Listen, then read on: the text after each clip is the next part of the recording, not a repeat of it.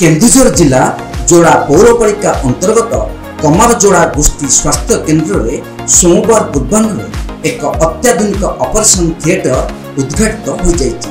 चंपुआ विधायिका मीनाक्षी महंत एही कार्यक्रम में मुख्य अतिथि भाव जोगदे एही ऑपरेशन थिएटर को उद्घाटित करथिबा बेले सम्मानित अतिथि भाव जोड़ा पौरपालिका अध्यक्ष डॉक्टर जगदीश प्रसाद साहू, उपाध्यक्ष संध्या पात्र समेत अन्य माने उपस्थित थिले।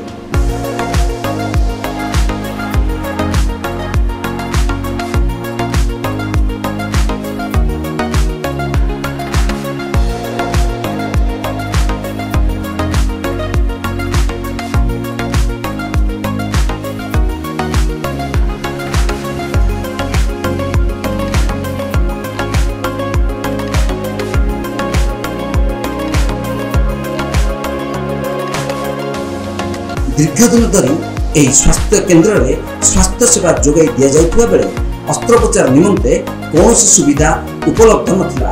ग्रामांचल लोकंठर आरंभ करी सहरर साधारण लोकंक स्वास्थ्य सेवा को गुरुत्व और आवश्यकता को दृष्टि रखी यह ऑपरेशन थिएटर की उद्घाटित होगा सहित समस्त सुविधा जोगाई दि जाइछि।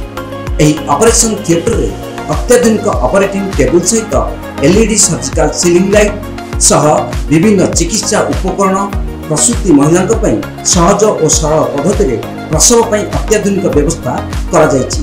तत्संगे गर्भाशय ट्यूमर जनित समस्या थिबा रोगियों पर समस्त आवश्यक चिकित्सा उपलब्ध हेबो बोली गोष्ठी स्वास्थ्य केन्द्र स्त्री रोग विशेषज्ञ डाक्टर शिशिरा पट्टनायक तांको प्रतिक्रिया रे कहिसेंती।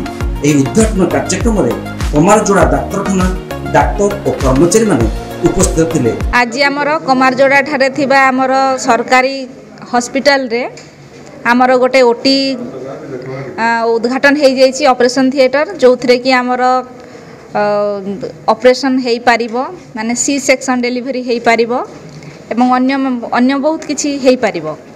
आ फिजियोथेरापी सेक्शन मध्य आमर एठार उद्घाटन हो सारिछि एवं बहुत भल भल जिनस अच्छी एथाकू आपण माने मोर अनुरोध रहिबो जे आपण माने तो ये करचंती समस्त को आपण माने मध्य जणैबे जेठी केमती आमर लोक माने जो मान को फिजियोथेरापी दरकार अच्छी से माने आसीबे, से माने हैरान होचंती कि बड़बिल जाउचंती कि केउंझर जाउचंती, से माने सेते दूर को न जाई जोड़ा को आसी ये कमारजोड़ा ठारे आमर फिजियोथेरापी रो मध्य सुजोग नै पारिबे एवं फ्री ऑफ कॉस्ट संपूर्ण मागणा आम राज्य सरकार प्रत्येक हॉस्पिटल कहतु आमर स्वास्थ्य क्षेत्र पाई फ्री ऑफ कॉस्ट रे पूरा मागणा सब सुविधा दिया जाउची। तेणु लोक माने यार सुजोग नेवा पाई मु मध्य अनुरोध करछि। जोड़ारू भगवान गिरी रिपोर्ट तीर्थक्षेत्र लाइव।